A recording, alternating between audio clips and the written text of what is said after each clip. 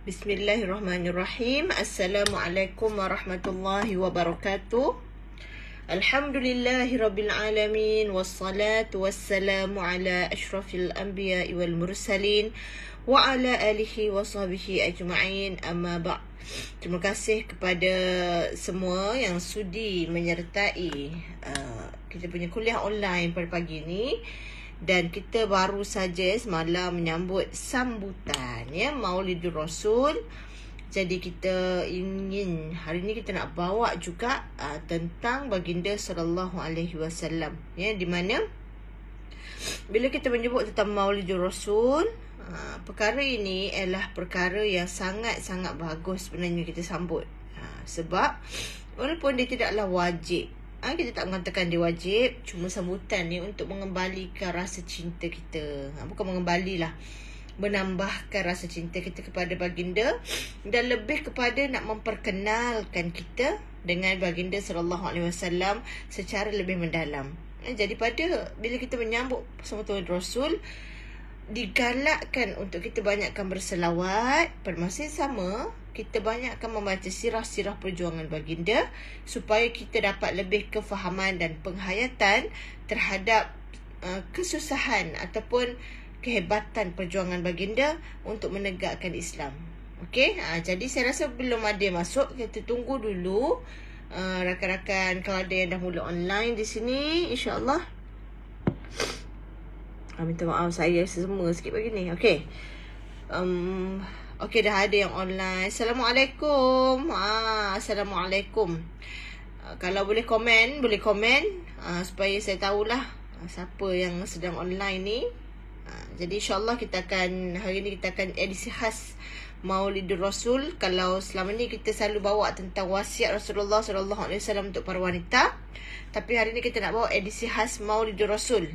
Jadi yang saya nak kongsikan pada hari ini adalah berkaitan dengan sifat kepimpinan baginda sallallahu alaihi wasallam, di mana baginda bukan sahaja seseorang yang orang kata akhlak peribadinya baik, akhlak kehidupan seharian as an individual saja baik, tetapi baginda akhlak bersama dengan isteri itu satu, keluarga. Kemudian yang kedua, akhlak sebagai pemimpin juga sangat hebat. Baginda sallallahu alaihi wasallam adalah seorang pemimpin, iaitu pertama pemimpin negara, iaitu yang kedua baginda juga adalah pemimpin terhadap keluarganya, dan yang ketiga baginda juga pemimpin kepada panglima perang. Beliau menjadi panglima perang. Jadi kita nak tengok hari ni satu kisah yang khusus berkaitan dengan sifat baginda, iaitu baginda mempunyai sifat kepimpinan yang cukup hebat.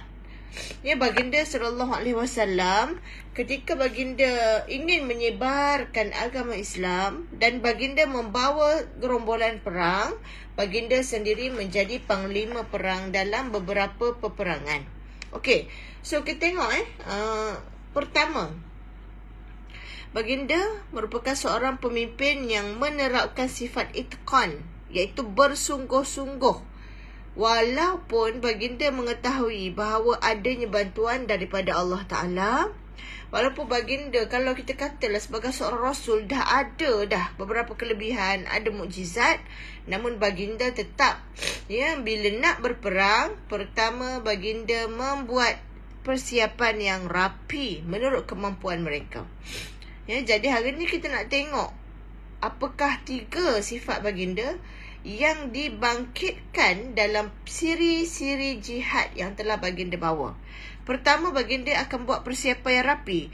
Kalau kita lihat dalam perang Khandaq ataupun perang Ahzab, bagaimana sampai tahap mereka nak bina pertahanan sampai mereka menggali parit dalam keadaan bulan yang sedang cuaca yang sangat panas.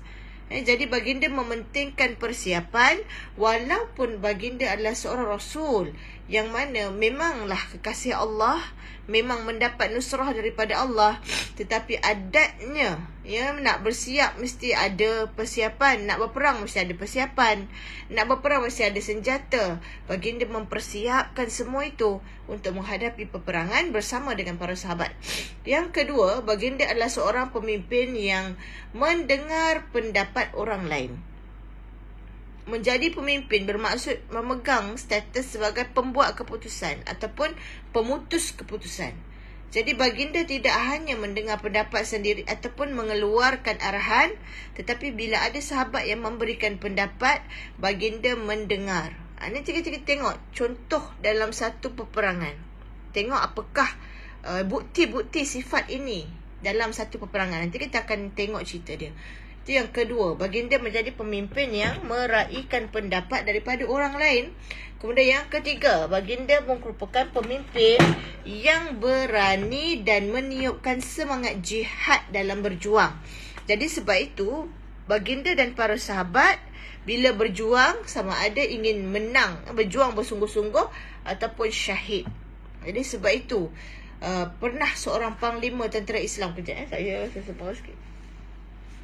Pernah seorang panglima tentera Islam yang bernama Rubai bin Amir, ketika beliau ingin berlawan dengan tentera Rom yang diketuai oleh Rustam. Bila mana Rustam tahu umat Islam ni, tentera Islam nak berperang dengan beliau, beliau terus goyang. Goyang tu maksud dia rasa berdebar lah, takut lah kan, sebab tentera Islam ni memang hebat. Maka Rustam apa dia buat? Dia cuba nak berunding supaya mereka ni tak jadi berperang. Padahal mereka perlu diperangi untuk melawan kezaliman yang sedang mereka lakukan. Jadi apa dia buat? Dia ambil harta-harta, masuk dalam sebuah bilik. Kat situ ada duit, dekat situ ada perak, ada emas, ada permata. Dia masukkan dalam satu bilik yang penuh dengan hadiah. Kemudian diajak wakil daripada tentera Islam yang bernama Rubai bin Amir untuk masuk ke bilik tersebut. Dan dia kata, kita ni tak payah perang lah, tak payahlah teruskan hasrat untuk menentang kezaliman mereka lah maksudnya. Kalau kita tak berperang, nanti saya bagi semua harta dalam bilik ni. Bayangkan wakil tu goyang tak goyang hati dia. Kalau aku perintahkan supaya tak perang ni, dapat semua harta ni. Dia bawa tu bukan bagi tahu dengan mulut, siap ada lah harta-harta kat kiri kanan. Tapi kata Rubai bin Amir, yang mengepalai tentera Islam, dia kata sesungguhnya kami ni berjuang, kami ni ingin berperang untuk membebaskan kamu daripada perhambaan sesama manusia kepada perhambaan hanya kepada Allah. Daripada kesempitan hidup di dunia kepada keluasan hidup di akhirat. Maka ada misi dan visi yang jelas untuk berperang. Tak jadi dipujuk oleh harta benda pun tak jadi untuk mereka meninggalkan medan peperangan. Dan inilah semangat yang diterap oleh baginda, iaitu meniupkan semangat jihad dan berjuang secara berani kepada orang Islam, terutamanya tentera-tentera Islam di medan peperangan. Jadi sifat kepimpinan baginda ini terserlah. Pertama, bila baginda membuat piagam Madinah, ataupun ketika baginda membina negara Madinah, bayangkan ketika itu Madinah dah ada 3 suku kaum yang utama. Dia dah ada, pertama, bukan 3 suku kaum, ada 2. Pertama, adanya orang Arab di Madinah. Ketika Nabi berhijrah tu, orang Arab di Madinah dalam keadaan yang macam mana? Dalam keadaan yang kurang panduan. Mereka sering bergaduh, mereka banyak ketidakpuasan hati, mereka tak ada pemimpin. Jadi bila baginda datang, baginda telah pun mengubah lanskap masyarakat. Daripada orang Arab yang tak bersatu padu, di Madinah terbentuknya satu masyarakat Islam daripada bangsa Arab yang kuat. Jadi Nabi membina satu persatu. Kemudian dalam peperangan, hari ni saya nak masuk peperangan Uhud. Nak tengok sikit macam mana cerita peperangan Uhud yang menyebabkan sifat kepimpinan baginda terserlah Kerana peperangan Uhud ni berlaku selepas daripada peperangan Badar dan dia berlaku di tahun-tahun awal hijrah. Namun, peperangan Uhud ini menyaksikan 70 orang sahabat syahid di medan peperangan. Satu jumlah yang sebenarnya yang ramai. Bahkan tidak cukup dengan itu, ya, umat Islam juga, tentera Islam juga menghadapi banyak kecederaan, termasuklah Rasulullah SAW sendiri. Mari kita tengok pagi ni bagaimana kisah peperangan Uhud secara yang lebih agak saya nak perincikan sikit untuk kita melihat bahawa Nabi is a very great leader. Seorang ketua yang cukup hebat, bukan saja mengetuai keluarga, tapi mengetuai masyarakat, termasuklah menjadi panglima di medan peperangan. Okey, perang Uhud ni dia berlaku rentetan daripada peperangan Badar. Peperangan Badar dan juga serangan pemikiran kepada mereka untuk melemahkan semangat mereka ketika itu umat Islam ingin mengambil balik harta benda yang telah mereka rampas daripada umat-umat Islam yang meninggalkan harta benda mereka di Mekah dan berhijrah ke Madinah. Jadi orang kafir musyrikin ni ada yang mengambil harta orang Islam tersebut, sedangkan mereka tinggal di Mekah tu bukanlah nak bagi dekat orang, tapi tak dapat nak dibawa hijrah bersama. Jadi ketika berlakunya peperangan Badar dan beberapa perlawanan kecil selepas itu, kuasa politik dan ekonomi orang pembesar-pembesar Quraisy ni dah makin terjejas. Yalah, penghijrahan, kemudian dakwah Nabi itu membawa kesan sebab Nabi dah mula bergerak dalam skala yang besar. Maka kuasa politik, kuasa ekonomi orang kafir musyrikin di Mekah terjejas juga dengan keadaan hijrah Nabi ni. Maka pada waktu itu, pembesar-pembesar Quraisy berbincang, apa yang kita nak buat ni? Ya, tak puas hati ni, dah lah kalah dalam perang Badar. Ya, kuasa kita pula semakin terhakis. Maka mereka membuat keputusan ingin pergi ke Madinah dan berperang lagi sekali. Nak gempak ni, orang Kedah kata nak gempak, nak gempur. Jadi mereka kumpulkan 3,000 tentera, kemudian 2,000 baju besi dan 200 kuda perang. Lengkap ni bersenjata, lengkap dengan pakaiannya, lengkap dengan kuda perang. 200 kuda perang adalah jumlah yang banyak, ya. Jadi mereka dah mempersiapkan bala tentera ni. Kemudian pada waktu tersebut diketuai oleh Abu Sufyan. Ya. Jadi bila dah bersiap, berita tentang kedatangan orang-orang Mekah nak berperang ni sampai kepada Nabi. Sebab Nabi pun ada perisik juga. Ya, Nabi pun ada pasang perisik. Maka pada waktu itu, utusan yang nak bagi tahu kepada baginda itu diceritakan dia berjalan, menaiki kenderaan, dia berkuda selama 3 hari sejauh 500 km ingin berjumpa dengan Nabi di Madinah dan menyampaikan berita itu kepada baginda. Zaman sekarang tak, zaman tu mana ada telegram ke, mana ada WhatsApp ke. Jadi nak bagi tahu maklumat tu memang melalui jalan darat, ya. Jadi pada waktu jalan darat dan memang melalui fizikal kena pergi kepada Nabi. Jadi bila sampai saja berita kepada baginda, wah, rupanya orang kafir musyrikin ni sedang merancang dan telah pun bersedia untuk melawan mereka, datang nak lawan mereka di Madinah. Maka pada waktu itu baginda pun bila dapat saja berita tentang kemarahan orang kafir musyrikin, baginda tak bagi mereka bagi tahu orang lain. Baginda suruh rahsiakan dulu berita itu. Tapi baginda membuat persiapan secara senyap-senyap, iaitulah pertama baginda buat mesyuarat dengan para sahabat, iaitu tentang bagaimana nak menghadapi peperangan ini. Sebab dijangka tentera kafir berapa ribu? 3,000 orang. Akan berlaku satu pertempuran yang agak besar. Maka bila baginda buat mesyuarat, dalam keadaan baginda bersiap tu, baginda mendapat satu mimpi, ya. Daripada perang Uhud ni, baginda dapat satu mimpi, iaitu pertama, dalam mimpi tersebut baginda kata, aku melihat seekor lembu disembelih. Kemudian aku melihat hujung pedangku retak. Dan yang ketiga, aku memasukkan tangan aku ni ke dalam baju besi yang kukuh. Pertama, Nabi takwilkan mimpi baginda kepada pertama, aku melihat lembu yang disembelih itu ialah dalam peperangan yang bakal berlangsung ini akan ada orang yang syahid. Yang kedua, aku melihat hujung pedangku retak. Bermaksud akan ada dalam kalangan yang syahid itu ahli keluarga baginda sallallahu alaihi wasallam. Baginda mendapat petunjuk. Dan yang ketiga, aku memasukkan tanganku ke dalam baju besi yang kukuh, membawa maksud bahawa lebih takwilkan mimpi itu kepada nanti kota Madinah ini akan dapat dipertahankan. Itu something good lah, ya, bagus lah. Tapi bila baginda mendapat petunjuk begitu, tidaklah baginda orang kata menghentikan persiapan ke, tak adalah terus rasa relax, tidak. Kerana mesti mengikut sunnatullahnya untuk mendapatkan hasil, pasti kena ada usaha.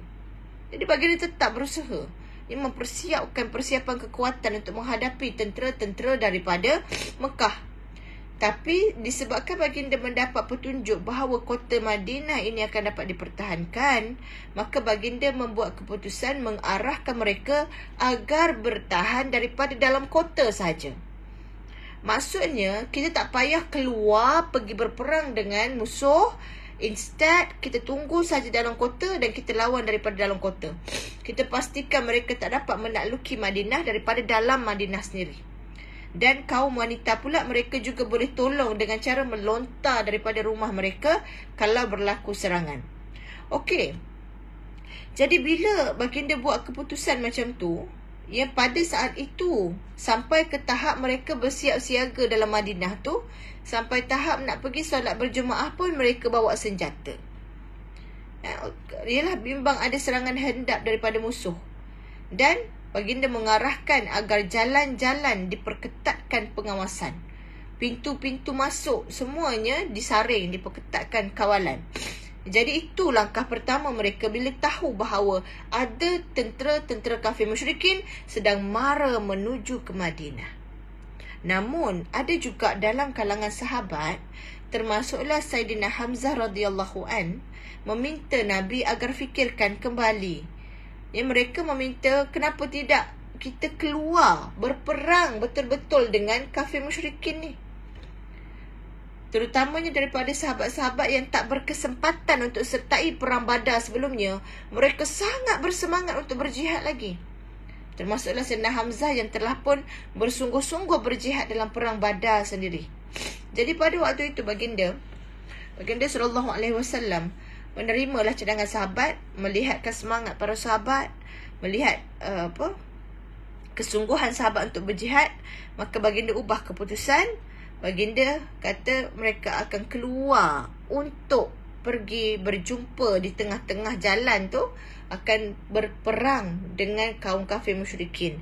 Jadi daripada nak bertahan daripada dalam Madinah, baginda tukar keputusan, mereka ni akan keluar daripada Madinah dan berperang di satu tempat dengan tentera kafir musyrikin yang sekarang ini sedang mara menuju Madinah. Sudah panji dah berkibar dah tu, semboyan telah berbunyi. Maka Nabi membuat persiapan dan pada satu pagi Jumaat, baginda dan para sahabat pun siap sedia untuk pergi menuju medan peperangan. Musuh dah semakin dekat dah ni. Musuh dah bergerak dah semakin hampir dah. Maka bila hari Jumaat, baginda bergerak dengan para sahabat, bergerak keluar daripada Madinah. Maka pada waktu itu, bila sampai satu tempat rehat, baginda arahkan untuk berhenti dan baginda memeriksa barisan tentera. Ini baginda seorang rasul yang juga pemimpin perang yang hebat, pemimpin bala tentera. Baginda memakai dua lapis baju besi. Baginda pakai serban dan baginda bawa pedang untuk keluar pergi berperang. That's why baginda physically fit. Baginda ni kuat, fizikalnya fit, walaupun pada saat itu dah 50-an ya. Jadi pada waktu itu baginda keluar dan baginda memeriksa barisan tentera. Dan dalam barisan tentera tu baginda mendapati ada ramai budak pula ikut. Ya, maksudnya budak-budak zaman Nabi pun hebat dan tidak takut. Ada pula budak-budak apa orang ikut. Antaranya Abdullah bin Umar, kemudian Samurah bin Jundub, Rafi'. Jadi baginda mengarahkan mereka balik. Budak-budak kan tak cukup usia lagi lah kata nak berperang, tak cukup kekuatan lagi. Tapi dalamnya baginda suruh balik tu pun ada 2 orang budak yang berkeras tak nak balik. Bukanlah melawan, tapi mereka minta pada baginda mereka nak ikut juga perang. Pertama Rafi'. Rafi' ni budak yang cukup cekap memanah dan melontar lembing. Maka Nabi pun terimalah Rafi' untuk masuk dalam kalangan tentera. Sebab dia ada kecekapan yang tak ada pada orang lain. Dan yang kedua, ada seorang budak kata, "Wahai Rasulullah, aku nak ikut perang juga. Aku ni lagi kuat daripada Rafi' tadi tu." Samurah kata. Maka baginda suruh Samurah dan Rafi' berlawan. Dan betul Samurah itu menang berlawan.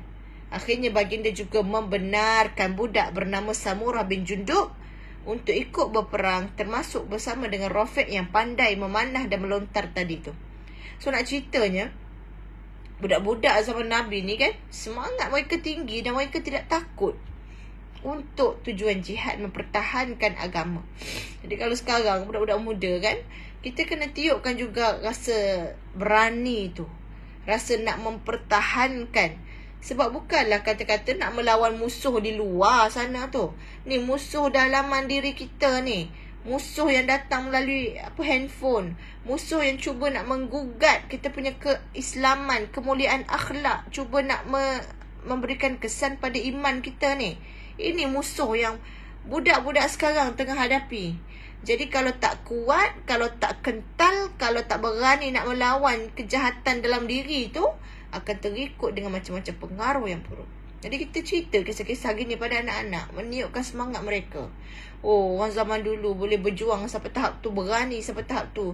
Kita ni takkanlah hidup sekadar nak menyanyi, nak berhibur, nak berjoget saja. Mesti buat sesuatu benda yang besar juga. Mestilah berani. Dia boleh meniupkan semangat dengan cerita-cerita peperangan macam ni ya. Okey, balik pada cerita tadi. Selepas mereka bergerak, lepas Nabi periksa barisan, mereka bergerak, mereka dalam perjalanan menunaikan solat maghrib, solat isyak, kemudian mereka berhenti di satu tempat untuk berehat. Selepas tu, bila pagi menyising, fajar menyising, sebelum subuh lagi, baginda, sebelum matahari naik lagi, baginda telah pun meneruskan perjalanan dalam keadaan yang gelap tu. Kemudian bila sahaja fajar telah pun menyising, kiranya macam pukul 7 ni lah ya. Kalau kita ni pukul 7 ni dah ada nampak dah cahaya-cahaya kan, berbalam-balam, ataupun pukul 6.40 tadi ke kan.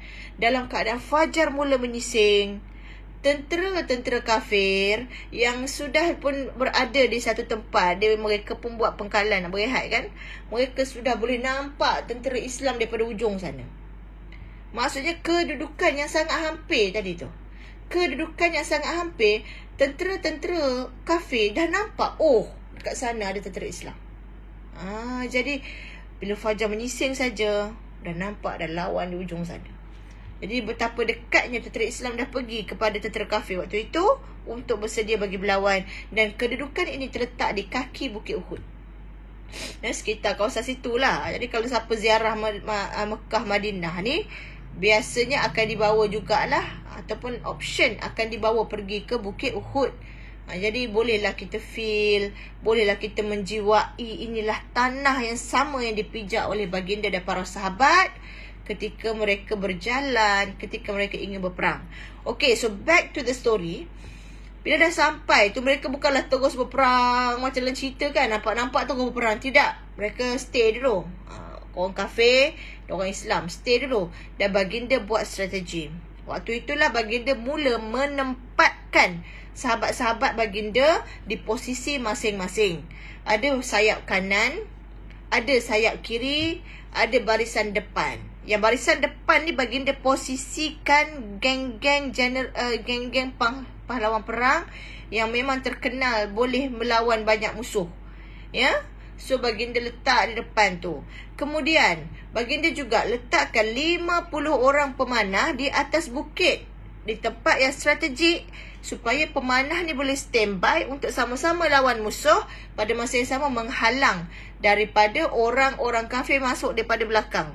Jadi mereka letakkan posisi yang cantik. Nabi suruh 50 orang pemanah dan Nabi pesan, whatever happen, apa sahaja yang berlaku, jangan alih posisi, jangan berganjak, jangan bergerak, kekal di sini apa sahaja yang berlaku.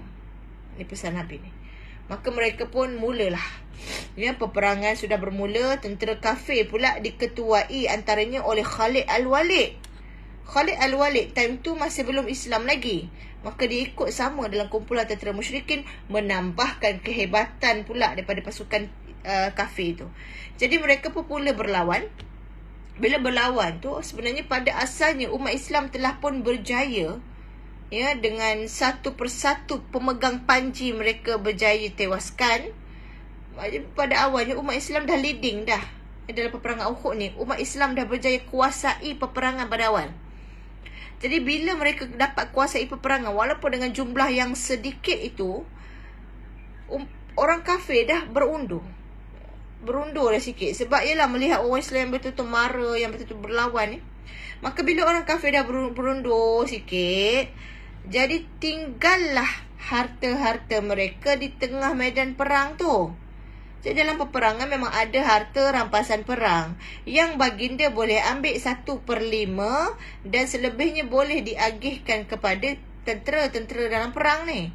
Maka bila mereka kafir musyrikin dah berundur dan harta perang tu ada di tengah-tengah medan peperangan tu, maka para tentera Islam dah mula pergi ke arah harta tu untuk ambil. Itu memang common practice dan boleh.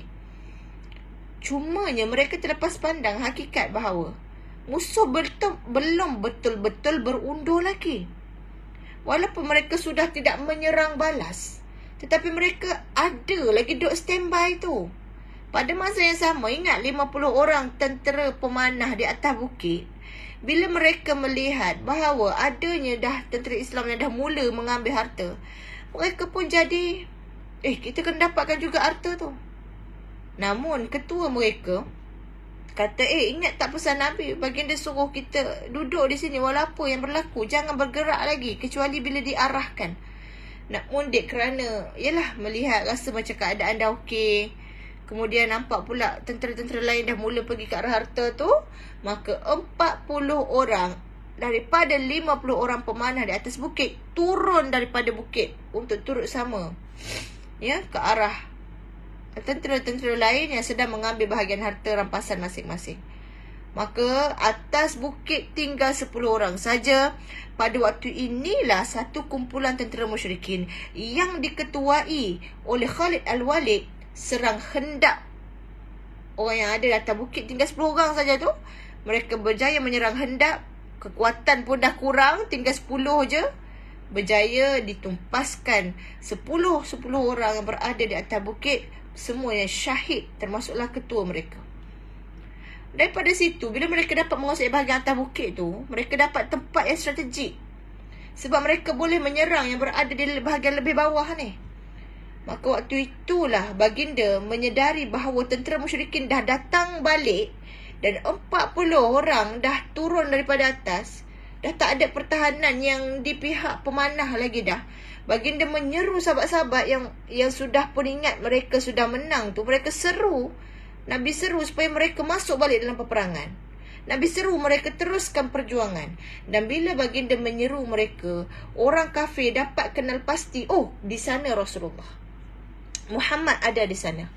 Dan ketika itu Nabi tidak berada bersama dengan bala tentera baginda yang ramai tu. Baginda berada di tempat yang berlainan, di satu kawasan sama, tapi posisi yang berlainan sikit. Kedudukan baginda itu sangat-sangat dekat dengan musuh untuk mereka menyerang baginda. Ketika itu hanya ada 7 orang sahabat saja di keliling baginda untuk melindungi baginda. Dan bila musuh ni, kita katalah pada atas pun ada serang, daripada bawah pun ada yang serang dengan pedang, mereka mengalami pertempuran yang cukup dahsyat. Sebab orang kafir ni memang dah aim nak bunuh Nabi Muhammad. Jadi dalam ketika itu 7 orang yang mengelilingi Nabi, nak lindungi Nabi. Ni genting ni, pada atas pun ada serangan anak panah, ada tombak. lembing dibaling. Daripada bawah ada yang cuba dekat dengan bawa pedang. Daripada 7 orang yang cuba untuk melindungi Nabi, satu persatu jatuh syahid. Tinggal lagi 2 orang. 2 orang ni, seorang Talhah, seorang lagi saya tak ingat dah siapa, ya, tapi tinggal 2 orang saja. Bila baginda SAW, Sa'ad bin Abi Waqqas. Sa'ad bin Abi Waqqas pandai memanah. Dan ada seorang lagi Talhah. Talhah ni dikatakan menyamai kekuatan dan kecekapan 11 orang lelaki. Jadi Talhah ni hebat.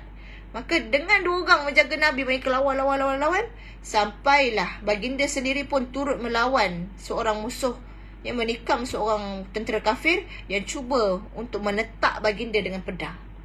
Jadi bila dah sengit ni, alhamdulillah pada waktu itu berjaya beberapa orang tentera lain datang kepada baginda untuk melindungi baginda.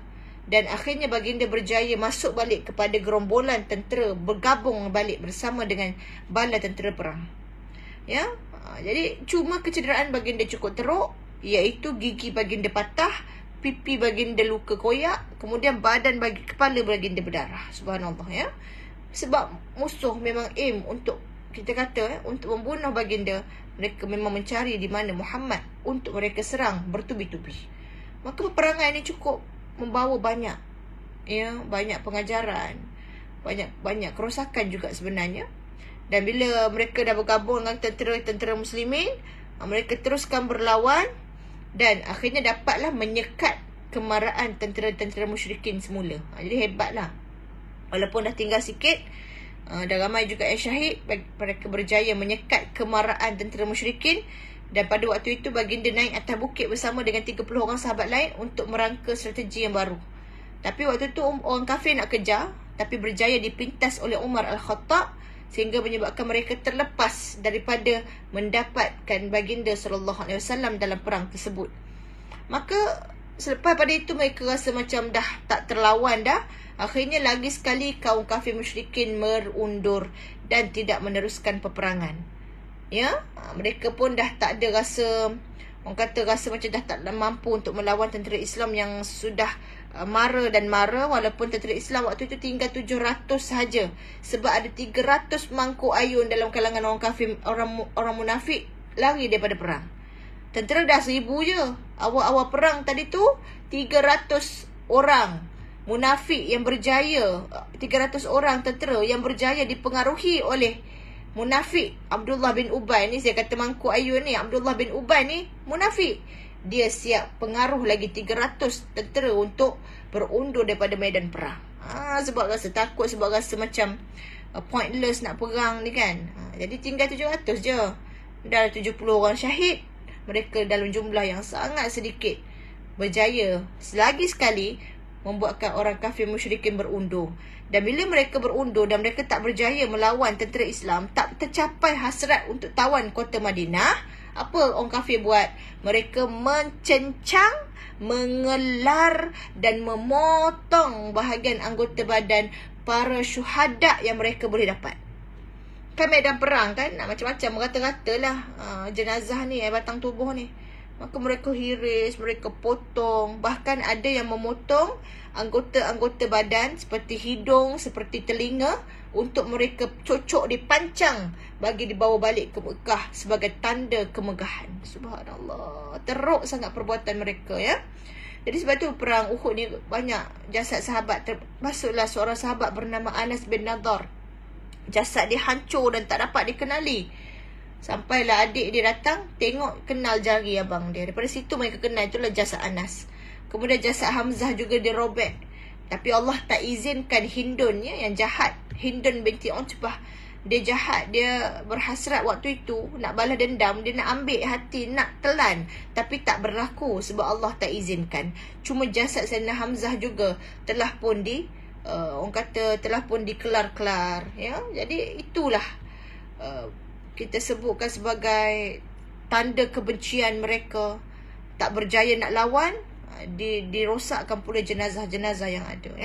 Jadi sahabat, inilah di antara perjuangan baginda. Kemudian baginda balik semula, ya. Baginda SAW bersedihlah dengan kehilangan Hamzah, dengan kehilangan sahabat-sahabat yang cukup ramai, 70 orang dalam peperangan Uhud.